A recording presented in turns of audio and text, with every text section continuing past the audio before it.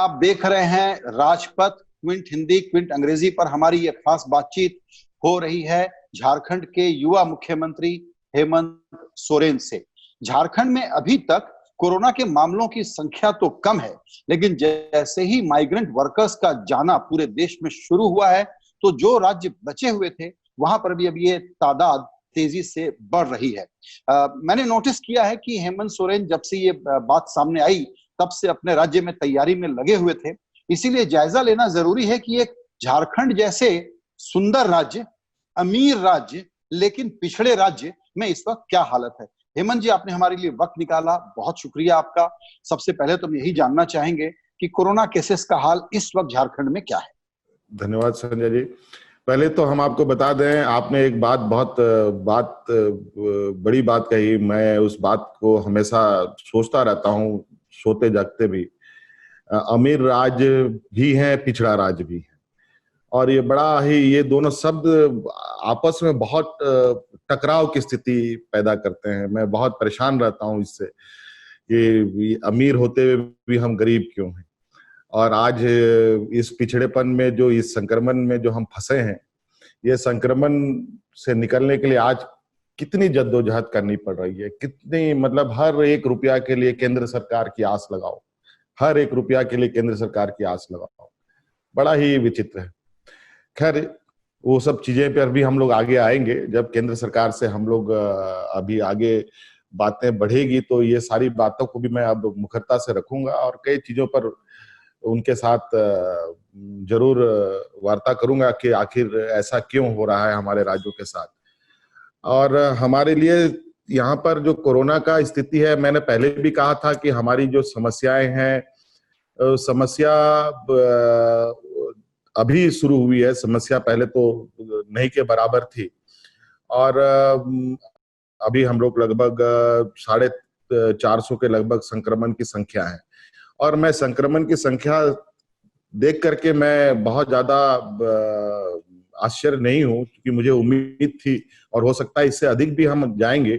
लेकिन खुशी वाली बात यह है कि हमारे यहाँ जो रिकवरी रेट है वो रेशियो बहुत अच्छा है, और लगभग हम इस मामले में बहुत बेहतर प्रदर्शन कर रहे हैं। और जो हम लोगों ने सीमित संसाधनों के साथ जो हम लोगों ने अरेंजमेंट कर रखा है इस राज्य में, उसमें अगर आप देखेंगे या जानकारी लेंगे ग्राउंड रिपोर्ट में, तो किसी तरीके का कोई हाहाकार या कोई ऐसे अव्यवस्थित माहौल आपको नहीं मिलेगा। आज हम लोगों ने, पहले मैंने कहा था कि मैं 2 चीजों पर बहुत तेजी से मैंने काम किया था जैसे ही ये संक्रमण का आहट हुआ था। एक सामाजिक सुरक्षा पर, एक दूसरा स्वास्थ्य सेवा पर। सामाजिक सुरक्षा हमारा आज के दिन में यूएसपी है, वो इतना स्ट्रांग है कि आज प्रवासी आ रहे हैं, वो भी खुश हैं, जो यहाँ पर पहले से बेरोजगार बैठे पड़े वो भी खुश है। पूरा ग्रामीणों में एक शांति का माहौल है। और स्वास्थ्य सेवा में जहां तक की बात है, आज हम लोगों ने क्वारंटाइन सेंटर को बहुत बड़े पैमाने पे उसको इस तरीके से उसका मैपिंग करके उसको अरेंजमेंट किया है कि आज मात्र हमारे क्वारंटाइन सेंटर में 8 से 10 लोग के जैसे हैं, जिसको हम बहुत आसानी से लुक आउट कर सकते हैं, आसानी से उसके लिए स्वास्थ्य व्यवस्था उपलब्ध करा पाते हैं, भोजन उपलब्ध करा पाते हैं।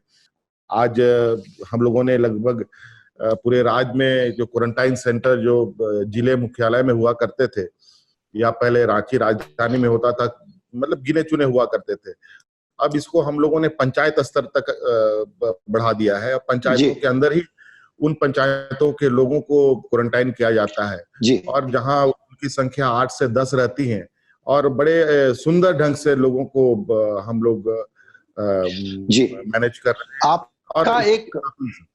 आपका एक आंकड़ा आपने दिया था, मैंने पढ़ा उसको, कि करीबन 7 लाख माइग्रेंट वर्कर्स हैं जो लौटने के लिए रजिस्टर हुए हैं। उसमें अब तक कितने वापस आ गए, कितने को अभी वापस लाना है, और ट्रेनों की समस्या क्या है? क्योंकि केंद्र राज्य पर और राज्य केंद्र पर इल्जाम लगा रहा है कि वो ट्रेन ले नहीं रहे, चलने नहीं दे रहे। आपका कहना है कि वो ट्रेन दे नहीं रहे। संजय जी, देखिए, इसमें लगभग हमारे राज्य में 166 ट्रेन के लगभग आ चुकी हैं, और अभी और भी पाइपलाइंस में हैं, और भी शेड्यूल्ड है, और लगातार ट्रेनें आ रही हैं हमारे यहाँ। लेकिन बड़ा दुर्भाग्य की बात है कि केंद्र सरकार दिन भर में लगभग 2, 3, 4 एडवाइजरी नोट जारी करते हैं, और शुरू से ही यही इनका रहा है। और आज इतनी अव्यवस्थित हो गई है, आज इतनी मतलब चीजें, चूंकि चीजें तो राज्य सरकार को झेलनी पड़ती हैं। अभी पहले का व्यवस्था था कि राज्य सरकार दूसरे राज्यों के साथ तालमेल बना करके मजदूरों को लाए, लेकिन अभी कुछ दिन पहले नई एडवाइजरी आई कि अब भारत सरकार ही ट्रेनों का लोकेशन तय करेगी, भारत सरकार ही इसको अब मैनेज करेगी। अब नतीजा ये हो गया कि जो चीज हम लोग का स्मूथली चल रही थी, अब वो चीज अचानक कोलैप्स करके भारत सरकार ने टेकअप कर लिया, और नतीजा ये हुई जो 10 घंटे में ट्रेन आती थी अब 100 घंटे में आ रही है, 70 घंटे में आ रही है। और इतनी बुरी स्थिति है कि लोगों को खाने पीने को लेकर के एकदम बिल्कुल ट्रेनों में भी बद से बद, पहले तो सड़कों में बद से बदतर हालत हुई थी, अब ट्रेनों में बद से बदतर हालत हुई पड़ी है। क्यों ऐसा हो रहा है? ये क्योंकि भारत सरकार के नियमों का पालन करने को लेकर के ये होती है, और ये लगातार अपने तरीके से नए नए आदेश जारी करते हैं, और राज्य सरकारों को मुसीबत झेलनी पड़ती है। आना होता है कोडरमा में, ट्रेन का शेड्यूल होता है, पहुंच जाता है रांची। अब बताइए ऐसी स्थिति में रांची प्रशासन क्या करेगी? अचानक उसके स्टेशन में ट्रेन आ गई है। नहीं तो इसको अगर पिन पॉइंट, क्योंकि देखिए आप हैं ग्राउंड पे और आप इसको झेल रहे हैं, मतलब आप डायरेक्ट पार्टी हैं इसमें, ये बताइए कि हाँ, ये जो रेल मंत्री पीयूष गोयल कहते हैं कि आपने झूठ कहा कि हवाई जहाज मांगे, वो कहते हैं कि कोई ट्रेन भटकी नहीं रास्ते से, आप बता रहे हैं कि ट्रेन रास्ते से भटकी है। संजय जी, मैं आपको बताऊंगा, ये लोग अब विशुद्ध रूप से कोई काम नहीं कर रहे हैं, राज्य सरकारों को उलझा रहे हैं, और कमोबेश भारतीय जनता पार्टी शासित राज्यों को बैकडोर मदद करने में लगे हैं। और जो भारतीय जनता पार्टी शासित राज्य नहीं है, उनको कहीं ना कहीं किसी तरीके से उनको परेशानी में डाला जा रहा है। और मेरा भारत सरकार को निवेदन किया गया, 2 पत्र, हमारे मुख्य सचिव के अलावा मैंने खुद पत्र भेजा है, रिमाइंडर लेटर भी भेजा है, जो हमारे वेबसाइट में उपलब्ध हुई है कि मैंने कब भेजा है। कोई संज्ञान नहीं ली गई। अंडमान निकोबार में, हमारे लद्दाख में लोग फंसे हैं, और सब दुमका के ही लोग फंसे पड़े हैं। और आज तो मैं अब वो निर्णय लेने जा रहा हूं। मैंने पहले भी इस देश में सबसे पहले मजदूरों को लाने का जो वकालत मैंने ही किया था। मैंने ही बोला कि हमें अपने प्रवासी मजदूरों को लाने दिया जाए, नहीं तो मैं कोई और रास्ता अपनाने के लिए मजबूर हूं, क्योंकि सामाजिक हमारी दबाव हम पर बहुत ज्यादा उस समय हो रहा था। और आनंद फानन में ये परमिशन मिला, और बहुत स्मूथ से लोग आ भी रहे थे, जिनको हम बहुत तरीके से पहचान करके गांव में छोड़ रहे थे, क्वारंटाइन में रख रहे थे। हमारे पास बहुत बढ़िया अरेंजमेंट बना हुआ। और अभी जिस तरीके से इन लोगों ने, कभी ट्रेन जानी है यहाँ उतरती है वहां, तो ऐसी स्थिति में हमें हर चीज मैनेज करने में बहुत कठिनाइयां होती है। और आज तो जो जहां ट्रेनें नहीं जा सकती हैं, ट्रेनों से नहीं लाया जा सकता है, अब राज्य सरकार उनको, चूंकि अब भारत सरकार ने नहीं कहते हुए भी उन्होंने हवाई जहाज और ट्रेनों चलाने का निर्णय ले लिया है। हवाई जहाज को तो उन्होंने प्रारंभ कर भी दिया है। अब मैं सर्विस प्लेन से उन मजदूरों को लाने जा रहा हूँ। आज मैं खुद ही इस विषय पे सारे डाटा मेरे पास बकायदा नाम के साथ, जगह के साथ, फोटो के साथ, किन हालातों के साथ है, उसकी पूरी हमारे पास, हम लोगों ने भी कंट्रोल रूम खोल रखे हैं। ऐसी नहीं जानकारी नहीं है कि हमारे पास कंट्रोल रूम नहीं है। और बड़ा आश्चर्य होगा आपको सुनकर, जैसे अभी दिल्ली से हमें खबर आती है कि मजदूर ही नहीं मिल रहे हैं झारखंड जाने के लिए, ट्रेनें खाली जा रही है। और आपको पता होगा कि राजधानी के स्टेशन में कितनी मार हो रही है मजदूरों को जाने के लिए, ये पता नहीं। और हमारे डाटा में लोग अभी भी बड़े पैमाने पर राज्य में है, राज्य के बाहर है। और मुझे जहां तक से आंकड़ा है, 166 ट्रेनें, हमारी श्रमिक ट्रेनें आई हैं, और उसमें लगभग हम लोग को 1200-1500 मजदूर आते हैं एक में। तो आप अंदाजा लगा सकते हैं 7 लाख हमारे प्रवासी मजदूर हैं, और 150 ट्रेन में कितने आ सकते हैं। अभी हमारे यहाँ बड़े पैमाने पर तेलंगाना में लोग फंसे हैं, सूरत में फंसे हैं, महाराष्ट्र में फंसे हैं, दिल्ली में फंसे हैं, असम में फंसे हैं, पूरे देश के विभिन्न राज्यों में फंसे हैं। यहाँ तक कि हरियाणा की स्थिति तो ये, हरियाणा से तो कोई कॉल लेता ही नहीं है कि वहां से मजदूरों को भेजने की बात है। और तो और आपको हम आश्चर्यचकित करने वाली बात बताएंगे कि अब कई जगह हमारे लोगों को बंधुआ मजदूर बना के रखा गया है, उनको बकायदा प्लांटों में ताला लगा के रखा गया है, और उनको आने नहीं दिया जा रहा है। ये आप बहुत गंभीर बात बता रहे हैं कि आपके मजदूरों को, जो जाहिर है कि प्राइवेट सेक्टर की कंपनियों के उद्यमी होंगे, वो आने से रोक रहे हैं, क्योंकि खबरें आई थी जहां सरकार के पास जब गए ये उद्योगपति लोग या बिल्डर लोग, बेंगलोर से खबर आई, तो वहां पर सरकार ने कहा इनको जाने से रोक लो, उसके बाद चालू किया। क्या आप पर ये दबाव और तरीके से भी आ रहा है? क्या आपको आने वाले दिनों में ये अनुमान है कि अब आपको रसूख वाले लोग फोन करेंगे कि भाई मजदूर वापस भेजो? आप तो देखिए, ये फोन करेंगे क्या, वो तब जब आएगी बात तब की बात होगी, लेकिन ये बात बहुत गलत है कि हमारे मजदूरों को ताला बंद करके रखा जा रहा है। कहां और हुई है ऐसी वारदात? देखिए, तमिलनाडु में फंसे हुए हैं हमारे लोग, जो जिनके ऊपर जिनको बंधक बना करके रखा गया है, और वो भी महिलाएं हैं। सबसे बड़ी बात तो ये महिलाएं हैं, सबसे अधिक 150 के लगभग लोग हैं, 140 बच्चियां हैं। तो ये तो साफ है, इससे तो मैं रिलेट कर सकता हूं, क्योंकि हमारे दिल्ली मुंबई शहरों में झारखंड, उड़ीसा और छत्तीसगढ़ की महिलाएं आकर के घर का काम करती हैं, वही लोग होंगी। मैं आपको एक जिले का है, कोई गारमेंट फैक्ट्री में काम करते हैं, ईरोड जिला है कोई, जी, तमिलनाडु में ईरोड जिला है स्थित कोई कंपनी है, जय जय mills India limited, private limited, garment factory है, ये क्रॉस रोड है। जी, जैसा आपने हेमंत जी बताया कि तमिलनाडु से ऐसी शिकायतें आई हैं कि लोगों को रोक के रख लिया गया है, वहां से रख लिया गया। अहमदाबाद और सूरत में लोगों को हाजत में बंद कर दिया गया है और उनको निकलने नहीं दिया जा रहा है। जो थोड़ी बहुत इनको खाने पीने को लेकर के जो लोगों से झड़प हुई थी उनको, और इस तरीके से व्यवहार हो रहा है। तो फिर आने वाला समय में प्रवासी मजदूरों का मूवमेंट भी एक बहुत लीगलाइज तरीके से ही संभव है, नहीं तो बहुत मुश्किल है।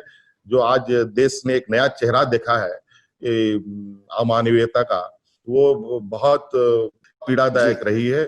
और आज जिस तरीके से केंद्र सरकार ने राज्य सरकारों को उलझा दिया है, ये भी बहुत त्रासदी है। आज ट्रेनों को चलाकर खुद चलाने का निर्णय जो इन्होंने लिया है, ये बड़ा आश्चर्य करने वाला है। मेरा ये मानना है, अगर केंद्र सरकार को खुद ही ट्रेन लेनी है, खुद ही ट्रेन चलानी थी, तो आज कम से कम राज्य सरकारों से उनके डाटा के अंदर मौजूद लोगों की सूची ले लेते ये लोग। इनके पास वो सिस्टम उपलब्ध पहले से ही है, वो टिकट भी काटते हैं, कौन ट्रेन किस राज्य में जाएगी, कौन पैसेंजर किस राज्य का है। ये लोग बहुत सेग्रीगेट तरीके से लोगों को ला सकते थे। तो अब ये बताएं, आपने जो अभी जानकारी दी, जाहिर है कि लॉजिकली आपको इसको टेकअप करना पड़ेगा, तो आप इसको कैसे टेकअप कर सकते हैं और जिनका ये जिम्मेदारी है दिल्ली के लेवल पर, उनके संज्ञान में ला सकते हैं कि झारखंड के लोगों को गैर कानूनी तरीके से रोका जा रहा है, गिरफ्तार करके हिरासत में रखा जा रहा है? नहीं नहीं, बिल्कुल ये बातें आएंगी, इस बात को मैं फ्लैग कर रहा हूँ। ये सारी बातें हम अभी, मैं 2-3 दिन से गृह मंत्री जी से भी संपर्क करने का कोशिश कर रहा हूँ, लेकिन व्यस्तता हो सकता है, शायद इससे वजह से, व्यस्तता अधिक होने की वजह से हमारी बात नहीं हो पा रही है। आप ये कह रहे हैं कि, एक मिनट हेमंत जी, आप कह रहे हैं कि झारखंड राज्य के मुख्यमंत्री 2-3 दिन से गृह मंत्री जी से संपर्क करने की कोशिश कर रहे हैं और संपर्क नहीं हो पाया है? जी जी, कल भी हमने फोन लगाया है, परसों भी हमने फोन लगाया है, संजोग से बात नहीं हो पाई है। और चूंकि ये भी अच्छा नहीं लगता है कि दिन भर फोन करो, एक मैसेज भी बहुत बड़ी बात होती है। उनके तरफ से कोई संदेश आता है तो हम लोग जरूर उसको लुकआउट करते हैं, कॉल बैक करते हैं, या फिर उनसे जो भी उनका निर्देश है उसको सुनने का हम लोग भी काम करते हैं। तो राज्य सरकार की भी बातें कान तक जानी चाहिए, क्योंकि हमारे पास मजदूरों की जो खबर आती है जो बहुत हमें तकलीफ देती है। तो इसके लिए तो अब चूंकि केंद्र सरकार इसकी जिम्मेवारी ले रखी है, तो फिर हम और राज्य सरकार अपनी जवाबदेही से बचेगी दूसरे राज्यों में, तो मुझे केंद्र सरकार को ही बोलना ज्यादा बेहतर होगा कि उन राज्यों में लोग हैं, उनको झारखंड पहुंचाने की व्यवस्था बेहतर तरीके से हो। राज्य सरकारों के ऊपर ही सारा बर्डन आना है। तो अभी जब तक मजदूर नहीं आती है तब तक तो हम लोग इस बर्डन को हम लोग उठाएंगे और सुरक्षित लाने का हमारी पहली प्राथमिकता है, और उनको लाएंगे। बिल्कुल। बहुत अच्छी राहत की बात है कि अभी वहां केसेस नहीं बढ़े हैं। ऊपर वाला ना करे कि केसेस वहां ज्यादा बढ़े, लेकिन अगर ऐसा होता है तो तैयारी, साधन, डॉक्टर, स्वास्थ्य सेवाओं के लेवल पर आप कितने पर्याप्त हैं, या उसमें कमी है? और सबसे बड़ा सवाल कि आपकी आर्थिक परिस्थिति कैसी है? केंद्र से आपको जो पैसा और सहायता चाहिए वो कैसे मिल रहा है आपको? देखिए, आर्थिक की स्थिति तो हमारी पूरी, मतलब जो झारखंड के बारे में बताने की आवश्यकता नहीं है। और जब से जीएसटी इम्पोज हुआ है तो हमारी आर्थिक स्थिति की जो रीढ़ की हड्डी हुआ करती है वो तो पहले ही निकाल ली गई है। और आज राज्य सरकार के पास अपना संसाधन जुटाने का लगभग नहीं के बराबर व्यवस्थाएं हैं। हम अब कोई भी धन संग्रह करने की स्थिति पर नहीं है। हम तो ये भी केंद्र सरकार से मांग कर रहे हैं कि आज ये बात सही है, आप लोग भी काफी इस पर रिसर्च कर रहे हैं कि देश की आर्थिक स्थिति खराब है। देश की आर्थिक स्थिति खराब है मतलब राज्यों की भी आर्थिक स्थिति खराब है। जब पूरा देश का आर्थिक स्थिति खराब है तो क्यों नहीं पूरा देश का लोग मिल करके अर्थव्यवस्था को ठीक करे। आज जिम्मेवारी अर्थव्यवस्था को ठीक करने का केंद्र ही अकेले क्यों लड़े, राज्य सरकार भी लड़े। तो राज्य सरकार को उतनी आप इंपावर करेंगे तब तो आप राज्य सरकार को इसकी जिम्मेवारी दे दें कि आप लोग भी अपना धन संग्रह करने का कार्य करें। जिस तरीके से पुराने व्यवस्थाएं में हुआ करती थी, सभी राज्य सरकार अपनी व्यवस्थाएं, अपनी संसाधनें जुटाती थी। तो आज हम ये भी मैंने प्रधानमंत्री जी के समक्ष भी रिक्वेस्ट किया है कि कम से कम हमें धन संग्रह करने का अधिकार कुछ हमें दिया जाए ताकि हम अपने राज्य में भी आर्थिक व्यवस्था को सुधार सकें। लेकिन अभी तक ऐसा कोई उस विषय पर कोई चर्चा हुई नहीं है। अब जब टेबल टॉक होगा तब ये बातें जरूर हम लोग इसको रखेंगे, ये हमारे लिस्ट में है, डिस्कशन पॉइंट में। और जहां तक स्वास्थ्य सेवा की बात है, आपको मालूम है कि ये देखिए इस संक्रमण का कोई इलाज नहीं, इसमें डॉक्टरों का बहुत बड़ा भूमिका नहीं के बराबर है। इसमें सबसे बड़ी भूमिका है नर्सिंग का। अब जो हम लोगों ने यहाँ पर स्वास्थ्य को एस्टेब्लिश किया है, ये बहुत ही हमारा जो एक यूएसपी रहा है, जो सामुदायिक किचन चल रहे हैं हमारे राज्यों में। और आपको सुनकर बहुत खुशी होगी कि हमारे राज्य में कोई प्रवासी पैदल सड़कों पर नहीं चलता है। आज के दिन में हाईवे में जो अपने माइग्रेंट लोग हैं, ये लोग कोई पैदल नहीं चलते हुए दिखाई देंगे, क्योंकि हर हाईवेज में आज हमारे हर 20 किलोमीटर में सामुदायिक किचन चल रहे हैं 24 घंटे। यहाँ तक कि पुलिस भी वहां पर किचन चला रही है और लोग कोई भूखा नहीं। आज गांव में या शहरों में भी किसी भी तरीके का कोई हाहाकार नहीं। आज क्वारंटाइन सेंटर को भी हम लोगों ने जिला मुख्यालय में जो बहुत बड़ी तादाद, आज लगभग 1.5 लाख लोग, हमारे 1.5 लाख से अधिक लोग हमारे सरकारी क्वारंटाइन में हैं। और इनको हम लोगों ने आप पंचायत स्तर में इसको फैला रखा। और पंचायत स्तर में फैलाने का फायदा ये हुआ कि लगभग एक सेंटर में हमारे यहाँ 5, 7, 8, 10 लोग हैं मैक्सिमम। और 5, 7, 8, 10 लोगों को मॉनिटरिंग करना कितना इजी हो सकता है आप अंदाजा लगा सकते हैं। नहीं तो एक साथ 1 लाख लोगों को रखना और उसको एक साथ 3 टाइम खाना खिलाना, किसी सरकार की इतनी व्यवस्था हो पाएगी, मुझे उम्मीद कम है। गांव के ही लोग उनके लिए सामुदायिक किचन बना करके उनको खाना उपलब्ध कराते हैं जी। तो आज जो और हमारे पास जो आज के दिन में है, गांव में कोई संक्रमित जो पहले के लोग हैं वो कोई संक्रमित नहीं है। जो प्रवासी आ रहे हैं वही संक्रमित हैं और वो बड़े तेजी से अब रिकवर भी कर रहे हैं। और रिकवर करने के साथ साथ हम लोगों ने तो पहले ही एक कार्य योजना ग्रामीण क्षेत्रों में शुरू कर रखा था और जैसे ही ये लोग इस संक्रमण से बाहर निकलते हैं तुरंत उनको रोजगार गांव में उपलब्ध हो रहे हैं। हमने तो कल परसों मुझे किसी मीडिया चैनल वाले ने ही कहा कि भाई हम लोग गांव में गए थे, कुछ गांव में थोड़ा सा हालचाल देखने, तो वहां तो बहुत लोग खुश हैं कि भाई हमको उम्मीद नहीं था कि हम बाहर से आने के बाद इतनी जल्दी हमें यहाँ रोजगार मिलेगी। जी, तो उन्होंने, ये अच्छी बात है। तो हालांकि आपके यहाँ समस्या बड़ी नहीं बनी है, लेकिन जो लोग वापस आए हैं उनके लिए रोजगार, और चूंकि इकोनॉमिक एक्टिविटी थोड़ा बहुत इम्पैक्टेड होती है, तो उन लोगों के लिए उनको जो इमीडिएट मदद चाहिए भोजन वगैरह के अलावा, आप कोई खास योजना चला रहे हैं जिसमें कि इमीडिएट कैश ट्रांसफर हो पाए? कैश ट्रांसफर की बात नहीं है। जब हम रोजगार ही उपलब्ध करा देंगे तो कैश ट्रांसफर करने की क्या आवश्यकता पड़ती है। और आज हम इनको अनाज दे ही रहे हैं, जिनके पास कार्ड है, जिनके पास कार्ड नहीं है, उन सबको अनाज हम दे रहे हैं। और जिनके पास मतलब और साथ में रोजगार भी दे रहे हैं। रोजगार वो पैसे भी कमा, अनाज सरकार मुफ्त दे ही रही है। और आज मतलब कुल मिलाकर के हमारे यहाँ किसी भी तरह की अराजकता की स्थिति आज के दिन में नहीं है। कल ही हमने एक निर्णय, एक आदेश जारी किया है शहरी क्षेत्रों में। हालांकि ये निर्णय थोड़ा लेने में मुझे विलंब हुआ, लेकिन हमने उसको निर्णय कल ले ही लिया है, और वो रोजगार से ही जुड़ा संबंध है, बातें रखती है। अब चूंकि आप अंदाजा लगा सकते हैं, ये हम ही नहीं, मुझे लगता है पूरा देश का हर राज्य कर सकता था ये काम विगत 2 महीने में, जो आने वाला समय में वो समस्या उत्पन्न होगी। हमने निर्णय लिया है कि 2 महीना अभी बंद था, हम लोग ये काम बहुत आराम से कर सकते थे, लेकिन अब थोड़ा जल्दी में करना पड़ेगा। और वो काम किया था कि शहरी क्षेत्रों में जितनी भी नाली है, जितने भी ड्रेनेज सिस्टम है, सबको साफ सुथरा कर देना, ताकि आने वाला समय में बरसात के दिनों में कोई गंदगी ना फैले, किसी तरीके का कोई महामारी की स्थिति ना उत्पन्न हो। और आए दिन बरसातों को लेकर के कई राज्य बहुत कटघरे में खड़े होते हैं, हमको भी कई बार सुनने को मिलता है, और हमने बड़े पैमाने पर ये काम शुरू कर दिया। पूरे राज्य के हर नगर इकाई, नगर पंचायत, नगर निगम में ये काम प्रारंभ करने का निर्देश दे दिया है। और मुझे लगता है कि अभी चूंकि गाड़ियां भी नहीं चल रही है, सब लोग घर के अंदर है, ट्रैफिक नहीं है, और इस समय ये काम करने में और आसानी हो सकता था, और बड़े पैमाने में लोगों को रोजगार भी दिया जा सकता था। बिल्कुल।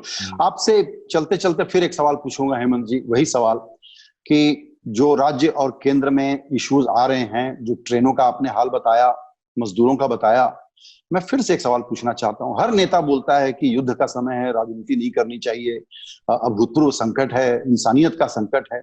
उसके बावजूद ये पॉलिटिक्स जो हो रही है, ये क्यों हो रही है और इसका इलाज आप क्या कर सकते हैं? देखिए, ये तो मैं शुरू में कहा था, हम लोगों का भी एक विपक्षों की एक मीटिंग हुई थी, और हमारे प्रधानमंत्री जी के साथ कई बार वीडियो कॉन्फ्रेंसिंग भी हुआ, और सभी लोगों ने एक सिरे से ये बात जरूर कही है कि अभी संक्रमण का समय है, अभी पॉलिटिक्स करने की आवश्यकता नहीं है।